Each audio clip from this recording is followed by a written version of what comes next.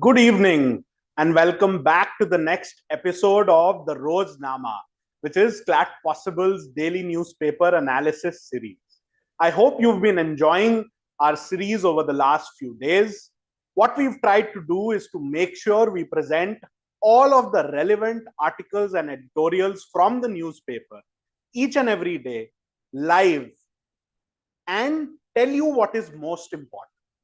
We don't want to do a session that is 2 hours long. We don't want to do a session which just covers one topic. We want to do a 30-minute power packed, concise session where you get all of the important news and articles of the day. Okay, so that's the Roznama. And remember, today, I guess this is what we call a teaser at the beginning of the video. But remember, today, at the end of today's video, I am going to be making a very important announcement. What you've been seeing over the past few days is simply one facet of the Roznama. The Roznama is a comprehensive product that Clat Possible is launching. We've picked Republic Day as the date for it. This is something that will be your daily dose, that will be absolutely free, providing excellent preparation for Clat for each and every student. All right, so I hope you're ready for that. I'm going to be making that announcement at the end. What will be the components? It'll all be available for free on a new and updated learning management system. So stay tuned for that at the end. But for now, let's get on with our daily newspaper analysis, which is one of the most important components of the Roznama by Clat Possible. So let's make a start. Now, today is the 23rd of January. All of you know that 23rd of January is the birth anniversary of Netaji Subhash Chandra Bose, one of the key significant leaders of the Indian freedom struggle. Okay, so what do you have to remember about this day? Of course, the date itself. You have to remember what this day is observed as, right? So this day is observed as the Parakram Divas. Okay, this day is observed as the Parakram Divas. All right, and why is it observed as the Parakram Divas? Since it is the birth anniversary of Netaji Subhash Chandra Bose. Okay, now let's do a few things related to this. Now, obviously, what I have flagged for you here is a newspaper ad by the government of UP, talking about the achievements of Netaji, right? And secondly, I have flagged an editorial written by C.P. Radhakrishnan. Now, to those of you who stay tuned to the news, current affairs, and appointments, you will know that Mr. C.P. Radhakrishnan is the current Vice President of India, right? He was elected to be the Vice President of India just last year in 2025 after the sudden shock resignation of Mr. Jagdeep Dhan. So I advise you to go back, quickly do the important records related to vice presidents, first woman, first Muslim, so on and so forth, and then check the appointment, resignation, and removal process. Okay. So 23rd of Jan is Parakram Divas due to Netaji's birth anniversary. Originally, he was born on the 23rd of Jan, 1897. Obviously, he is famously known as Netaji. What is he most known for? He is most known for leading the Azad Hind Fauj, right? The Indian National Army, which is a force that was created outside of India and led by Netaji Subhash Chandra Bose during the freedom struggle. This was, of course, done in alliance with Imperial Japan at that time during the Second World War. Okay, not just that, not only did he command the Indian National Army or the Azad Hind Fauj, he also established the Provisional Government of Free India. Okay, the Provisional Government of Free India, or Arzi Hukumate Azad Hind. Okay, Arzi Hukumate Azad Hind. So he had established that provisional government before India actually achieved independence. Remember, this was all in alliance with Imperial Japan. Okay. The other very intriguing thing is that it was Netaji Subhash Chandra Bose who was the first one to call Gandhiji the father of the nation. Okay. So Netaji Subhash Chandra Bose was the first person who called Mahatma Gandhi the father of the nation. Okay. So please keep that in mind as well. Okay. Now, so this is something I wanted to flag for you today. One of the key observances on the 23rd of January. Okay. Let's go on to the next thing. Now, this is an extract from the Hindu. They basically give background information on some of the important religious or spiritual observances of the day. So today, the 23rd of January, is also Basant Panchami. Okay. This is the day on which Saraswati Puja is also traditionally held. Okay. So please keep that in mind. In Hindu mythology, the goddess Saraswati is considered the goddess of learning, of more knowledge, of music, of the arts. Okay. So just keep this in mind. Today is also Basant Panchami. Of course, the date varies every single year as per the Hindu calendar. Okay. So I just wanted to flag this for you as a brief one line. Okay. Next, now this is something that sir and ma'am had covered over the last day or two. Okay. What is that? There have been a series of news items over the last 2 to 3 days of governors in various states refusing to read out the speeches prepared by their governments to the houses of the legislature. Now, to give you a proper background, I'm going to take you to the constitutional provision. But remember, there have been these issues this year in 2026 with three main governors: the governor of Karnataka, the governor of Tamil Nadu, and third, the governor of Kerala. Okay. Interestingly, as you know, all of these three are opposition ruled states, meaning the governments of these three states are non-BJP governments. But as you know, the governors of each state are appointed by the President of India on the aid and advice of the Union Council of Ministers headed by the Prime Minister. Right? So the governor of each state is effectively a representative of the union government, whereas the state governments are elected by the citizens of that state. Right?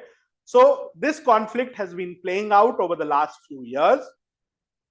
To take you into it properly, let me start with the constitutional provision.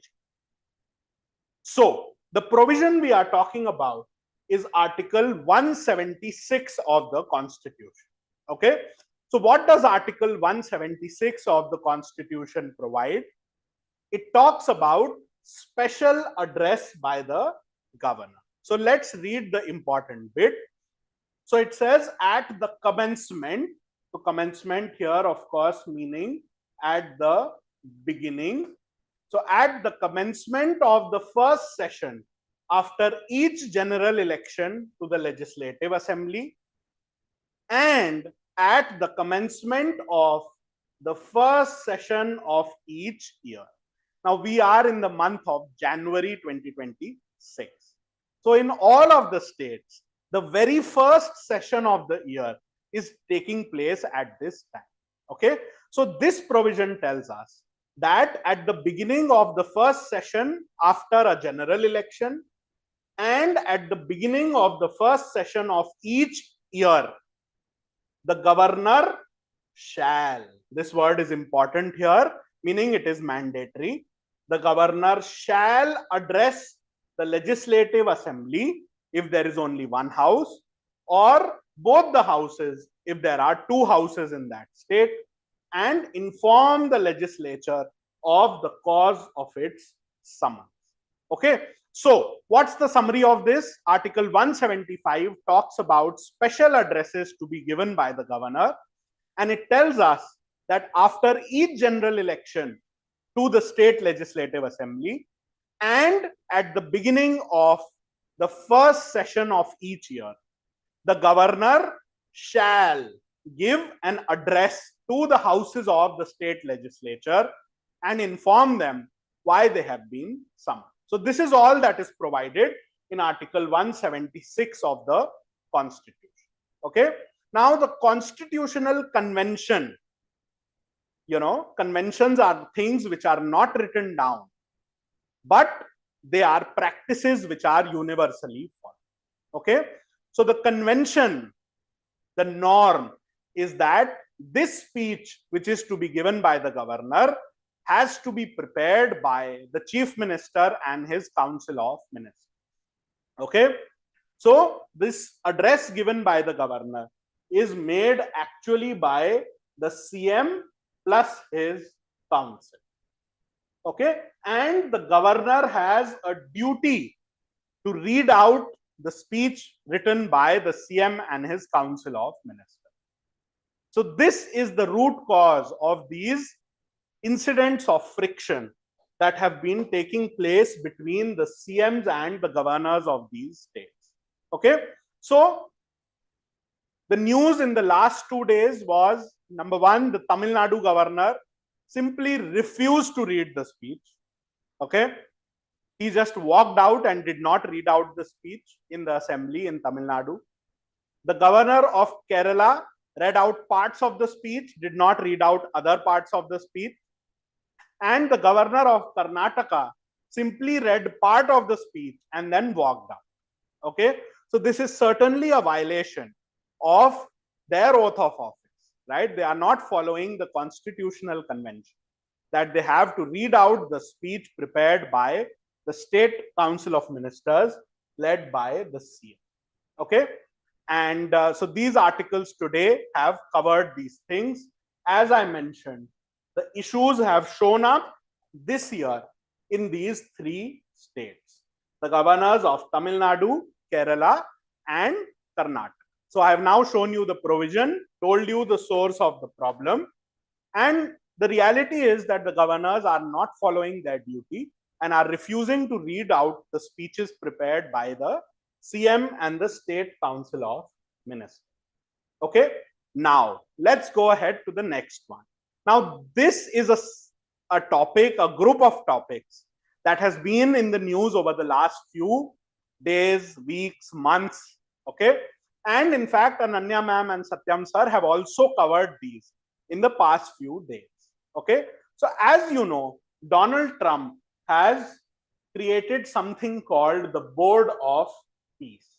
Okay, now what do you have to remember? That this Board of Peace has been created in context of the ceasefire in Gaza. Okay, the ceasefire between Israel and Hamas in Gaza. Okay, so part of the plan was that Trump would create this Board of Peace to oversee the transition after this ceasefire. So Trump has created this Board of Peace. Many countries have been invited, including India. So from India, it would be Narendra Modi, the Prime Minister. But as of now, India has not accepted the invitation to join the Board of Peace. The leaders of many countries have actually agreed to join the Board of Peace. What is interesting from a geopolitical perspective is that both India and Pakistan were invited, whereas India has declined, Pakistan has accepted. Rather, I should say India has not declined. India has refused to take a position on it as of now. So India has neither said yes and it has neither said no. Okay. So as of now, the Board of Peace has 19 countries which are a part of it. Okay.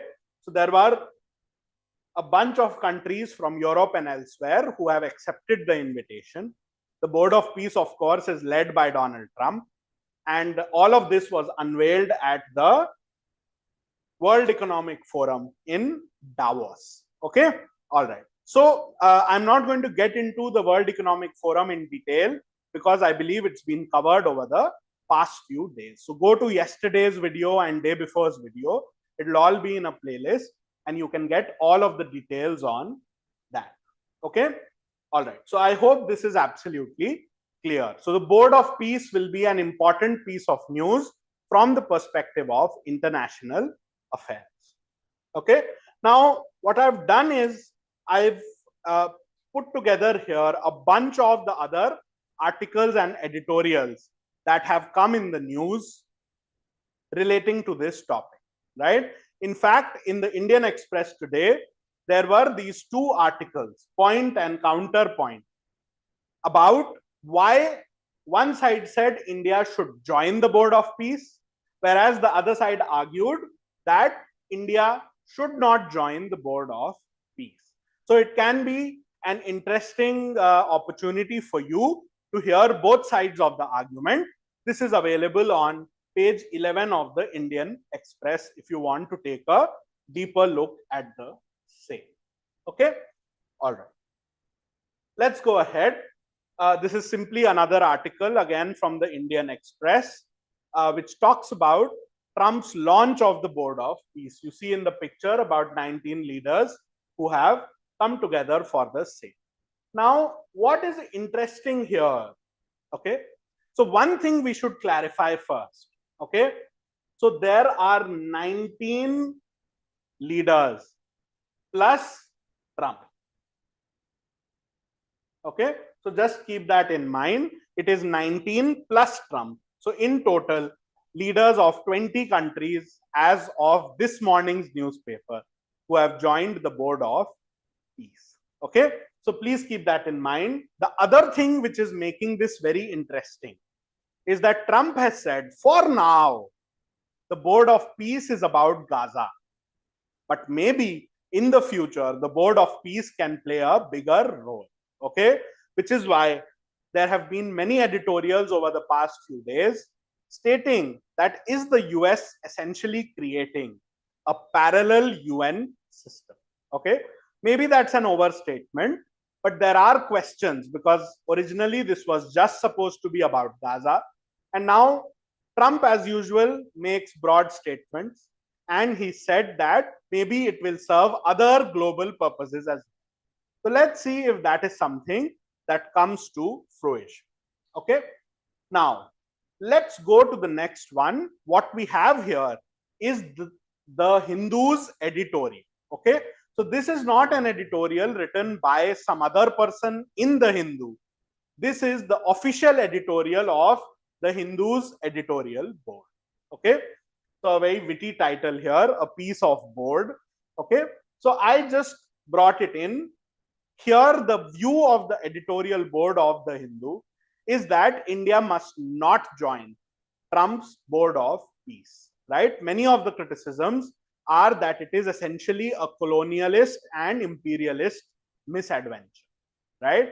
So I wanted to flag this and I wanted to tell you to read the meaning of this word for English, right?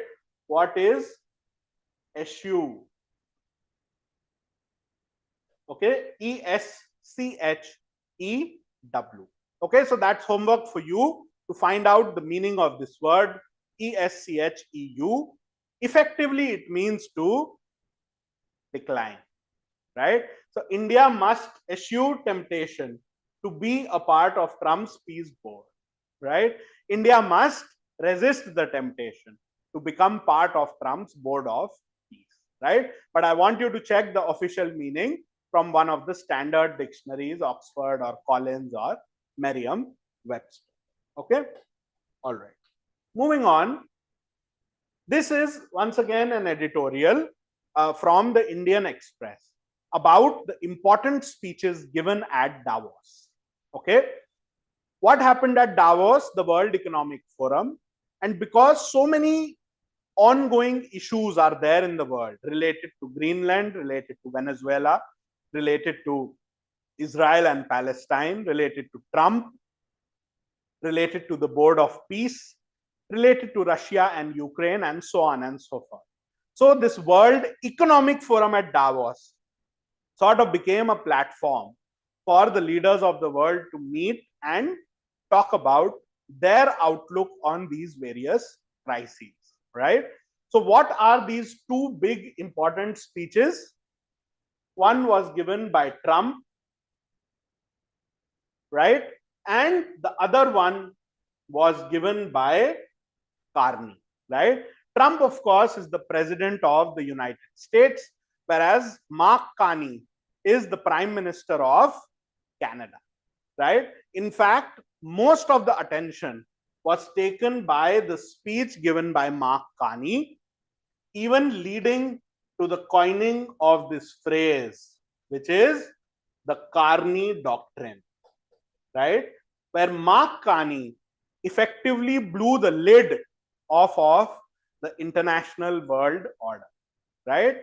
And essentially, his speech was seen as a sort of response to the adventurism and to the erraticness of the Trump regime. Okay, so this is a good article, right? So let me just tell you a little bit of what Mark Carney said. It says Mark Carney, the Prime Minister of Canada, made an unflinching assessment, meaning without hesitating, unflinching assessment of the current moment, which he described not as a moment of transition, but as a moment of rupture. Okay, so he said it is not a moment of transition. What is a transition? The period where one thing is shifting to the next thing, right? So he said this is not a moment of transition, that we are shifting from one international order to another. Rather, he said that it is a moment of rupture, right? A breaking point, right? In fact, one of my favorite US based shows is this show called Breaking Points. Okay, all right. So he said that this is not a moment of transition, but rather a moment of rupture, while recognizing the hard realities presented by America's unilateralism, right? So again, an important word that you should know the meaning of from the perspective of English, right? He said this is a tough moment because of America's unilateralism, meaning America's one-sided behavior without consulting the rest of the international community. He said Carney suggested a possible roadmap for the middle powers, not the top, not the bottom, but the middle powers. Okay. Anyway, then it says Trump, speaking just hours after Mark Carney, confirmed the crisis, right? And he said he glorified colonialism, spoke only of America's interests and hegemony, right? Another word I wanted to flag for you from the perspective of English, right? The word is hegemony, Hegemony, America's hegemony, right? We use the word hegemony to indicate that some one country or person controls the rest or is in a dominant position. Such a system is called a hegemony. I advise you to read the official meanings of all of these. So Trump glorified colonialism and spoke of America's interests and hegemony as paramount, as the main thing or the only thing that matters. Okay. So both of these speeches, very important, right? Especially due to the creation of this word, the Carney Doctrine. You will see in a lot of places the phrase New World Order being bandied about as well. Okay. So a lot of important editorials today for you to have a look at. Okay. Now, I next want to bring you to this article from The Hindu.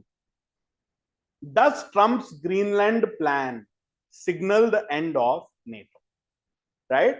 Now, something that again happened at Davos is that supposedly a framework was signed between the US, NATO, several other countries, Denmark, relating to Greenland.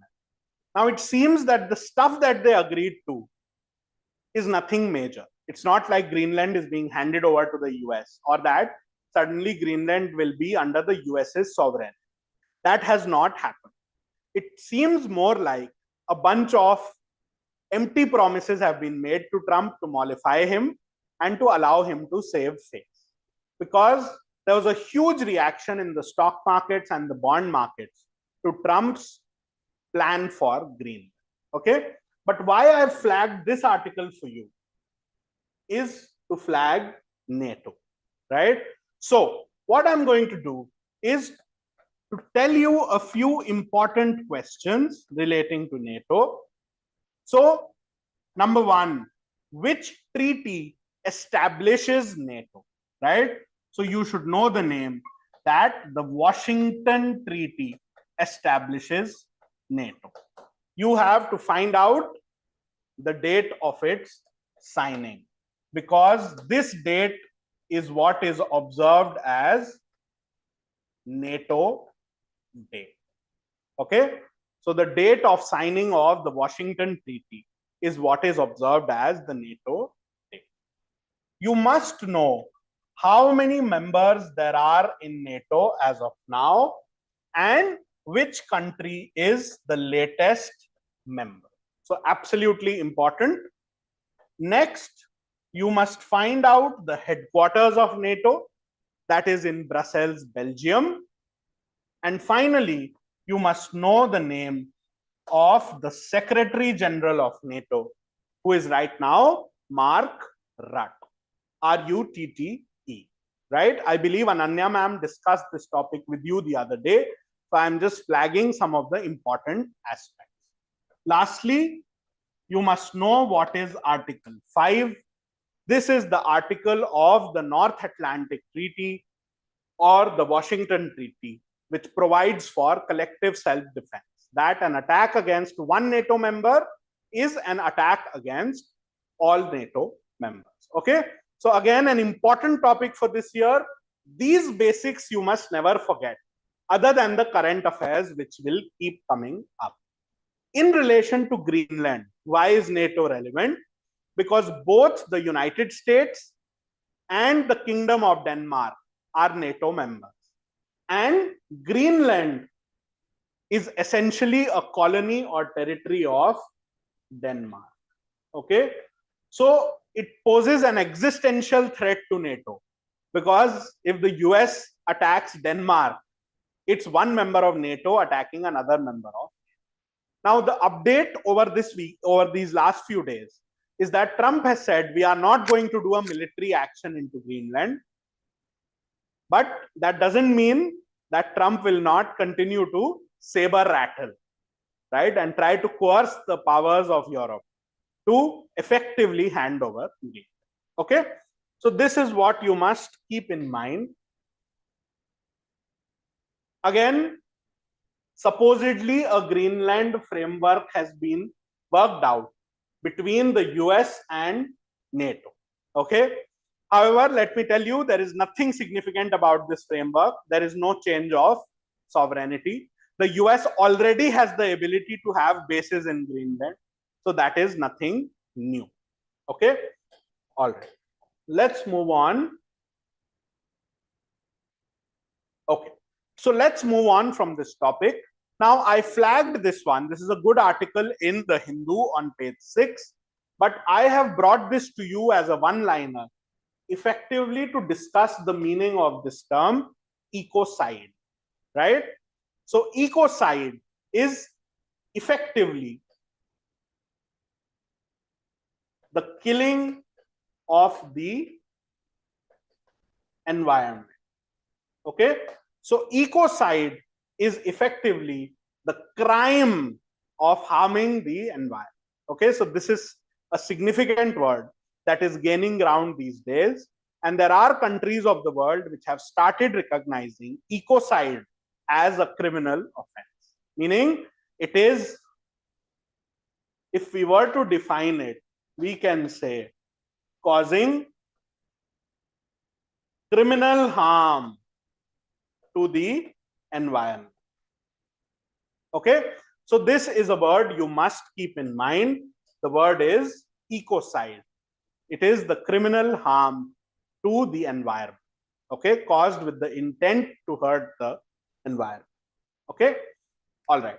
Now, I flagged this for you because this is going to be significant in the next few days. We are just 3 days away from Republic Day, as you all know. And it has been announced that the chief guests of the Republic Day this year are going to be, number one, the President of the European Commission, Ursula von der Leyen, and the President of the European Council, that is Antonio Costa, right? So both of these people together will be the chief guests, and it is being telegraphed, it is being spoken about that during this visit, there may be a free trade agreement, FTA, between India and the European Union. Okay, so you must know the names of the chief guests of Republic Day. It has also been announced that the theme of the Republic Day parade are very important. Other details will come up on the day of Republic Day itself. Okay, and you must look out for the free trade agreement between India and the European Union. All right, so this should be absolutely clear to you. You also have to remember that Ursula von der Leyen, you can check the spelling online, is the President of the European Commission, and Antonio Costa is the President of the European Council. These are two of the organs of the European Union. Okay, so I have flagged this to preview Republic Day. And remember, I told you we are going to launch the complete Roznama on Republic Day as well, on the 26th of January. Stay tuned till the end of the video for a full view into what it is that you will gain access to on the 26th. All right. Next, again, this is part of the preview to Republic Day, and Air Force fighter jets are going to make a Sindoor formation.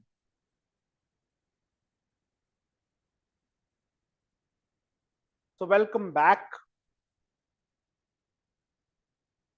So the Election Commission of India is conducting the IICDEM 26, the India International Conference on Democracy and Election Management. So at this conference, the Election Commission of India has launched its consolidated application, which is the ECI net. Okay, so earlier the Election Commission had about 15 or 16 different applications. All of them have now been consolidated into ECI net. Always remember the ECI established by Article 324, and the Chief Election Commissioner you have to find out. So which all? You have to know the first, you have to know the first woman, and you have to know the current, that is Ganesh Kumar. Okay, don't worry though, we are going to cover this topic in great depth on the 25th of January, which is National Voters Day. Okay, so let's move on right now, but the important news is the name of the app, which is ECI net. Okay, all right. Now let's move on. In our own backyard in South Asia, two countries have faced regime changes, big protests over the last 1 year, right? Last 2 years. One of them is Nepal, one is Bangladesh, right? So in Nepal, there was a Gen Z protest, Sheikh, and who became the interim prime minister? It was Sushila Karki, who has an India connection.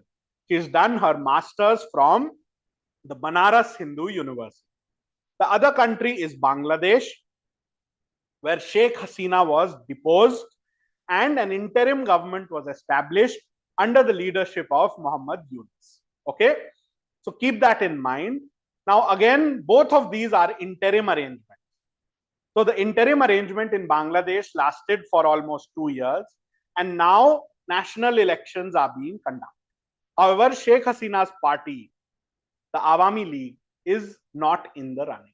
Okay, Sheikh Hasina, in fact, is essentially in exile, living in the city of New Delhi. Okay, so keep this in mind. We will see more details about this. Finally, a quick one-liner. Over the last year or so, the name of the governor's residence in each state has been changed. Earlier, the common nomenclature was Raj Bhavan, right? Now, this gives a little bit of a colonial hangover. So, I think last year, the Ministry of Home Affairs had sent a circular to the states to change the name to Lok Bhavan. So, many of the states' governor residences are now called Lok Bhavan, but in UP, the name chosen has been Jan Bhavan. So Raj Bhavan is now a thing of the past, and the residence of the governor in most of the states is called Lok Bhavan, and in UP it is called Jan Bhavan. Okay, so this is something I want you to keep in mind. Finally, a little bit on the Oscars. We will have the final ceremony in a couple of months. What you have to keep in mind is that Sinners, okay, the movie Sinners has made history by gaining 16 nominations for the Oscars or the Academy Awards. So once the prize ceremony takes place, that is when we will get into it in all of its detail. But for now, remember, Sinners is the movie which has made Oscar history by being nominated in 16 different categories.